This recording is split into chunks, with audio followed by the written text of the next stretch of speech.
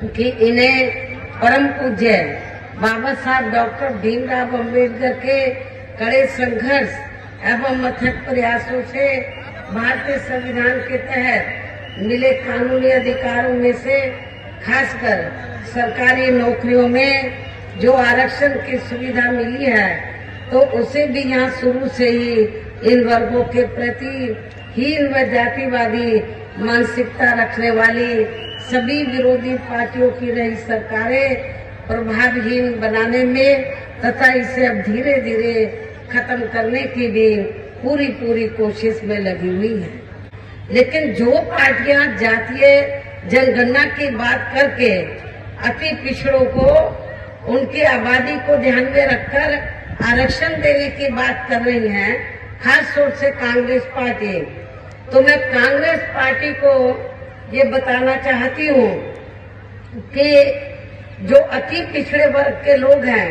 इन्हें मंडल कमीशन की रिपोर्ट के तहत आरक्षण की ये सुविधा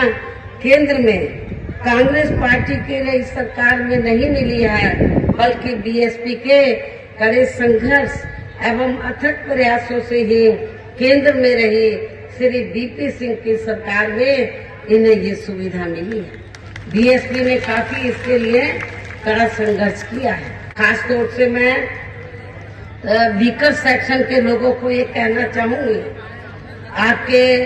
गांवों में, मोहल्लों में, बस्तियों में जो कांग्रेस के नेता लोग आके ये कहते हैं कि हम आपको बीएसपी की बजाय कांग्रेस को वोट दो, तो उनसे ये पूछना चाहिए कि बाबा साहब डॉक्टर अम्बेडकर जिन्होंने देश का संविधान बनाया है और हमारे लोग लगातार ये मांग करते रहे, संघर्ष करते रहे कि बाबा साहब को भारत रत्न की उपाधि से सम्मानित करना चाहिए, लेकिन कांग्रेस ने नहीं किया। जिस कांग्रेस पार्टी ने बाबा साहब को भारत रत्न की उपाधि से सम्मानित नहीं किया है, क्या आप लोग ऐसी कांग्रेस पार्टी को वोट देना पसंद करेंगे, जिसने फिर इनके कारवां को आगे बढ़ाने वाले व हर मामले में समर्पित व्यक्तित्व मान्यवर श्री कांशीराम जी के देहांत होने पर केंद्र में रही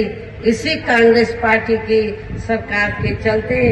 एक दिन का भी राष्ट्रीय शोक घोषित नहीं किया गया था। किसान वर्ग तो केंद्र की वर्तमान भाजपा सरकार द्वारा बनाई गई गलत नीतियों के कारण काफी ज्यादा परेशान व आंदोलित भी रहा है, लेकिन इन सब की मुख्य वजह हमारी पार्टी केंद्र में आपके मध्य प्रदेश स्टेट में भी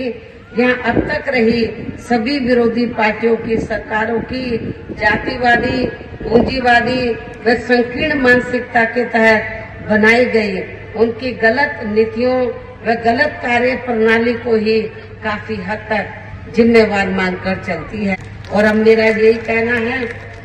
कि आप लोगों को अपने खुद के व अपने